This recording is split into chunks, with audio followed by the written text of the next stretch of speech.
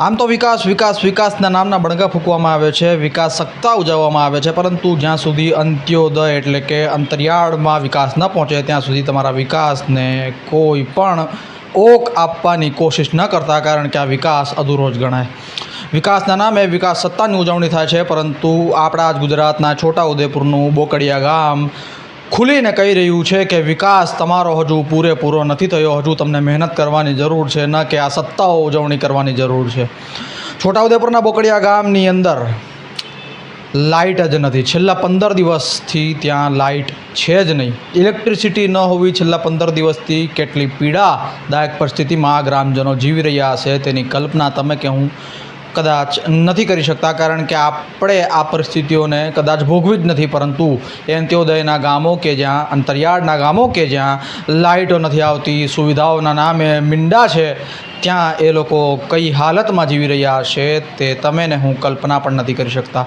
છોટાઉદેપુરની અનેક સમસ્યાઓ કે જેમાં પ્રસૂતિની પીડાતી મહિલાઓને કેવી રીતે ઝોલામાં નાખી ખરાબ રોડ રસ્તાના કારણે, સારા રોડ રસ્તાના અભાવે લાવવામાં આવે છે અને વચ્ચે વચ્ચે તેમની પીડાથી મૃત્યુ થતી હોય છે. તુરખેડા, કવાણ, બોકડિયા ગામ હવે નવું આવ્યું છે, ત્યારે કેમ આ વિસ્તારોમાં વિકાસ નથી થતો? હમણાં થોડાક દિવસો પહેલાં હું થરાદ ગયો હતો, વાવ ઢીમા ગયો હતો. ઢીમામાં પૂર આવ્યું તે બાદ લાઇટ જ નથી આવી, તેમાં પણ 10 દિવસ વીતી ગયા હતા.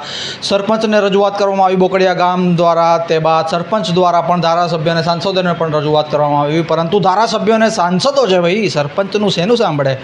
સરપંચ અને ધારાસભ્યો સાંસદોએ જો કદાચ સાંભળી લીધું અને અધિકારીને કહ્યું તો એ તો પછી અધિકારીઓ છે, એ તો તમારું શેનું સાંભળે? નથી સાંભળી રહ્યા અને સંભળાવવાનો પ્રયત્ન જ્યાં સુધી નહીં સાંભળે અધિકારીઓ અને જવાબદારો, ત્યાં સુધી સંભળાવવાનું કામ અમે કરતા રહીશું. એ ટાઈમ્સ ઓફ ગુજરાતે પ્રણ લીધેલું છે.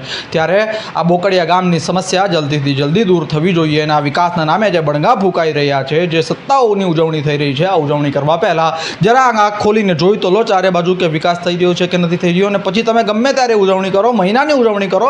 અમે ઢોલ નગારા પીટવા આવીશું, અથવા ઢોલ નગારા પીટતા છો તો તેમાં નાચવા પણ આવીશું, વાંધો નથી. પરંતુ ઉજવણીઓ કરતાં પહેલાં એકવાર આંખ ખોલીને ચારે બાજુ જોઈ લો. 162ના હેડફોન ભરાવશો તો માત્ર વિકાસ વિકાસને વિકાસના જ નારા સંભળાશે. કદાચ એ હેડફોન ઉતારીને જોશો અથવા ચશ્મા ઉતારીને જોશો તો આજુબાજુ તમને દેખાશે કે શું પરિસ્થિતિ છે રાજ્યમાં વિકાસની. આ પ્રકારના અહેવાલો, સમાચારોથી તમને અવગત કરાવતા રહીશું. પીડિત, શોષિત અને વંચિતનો અવાજ બનતા રહીશું.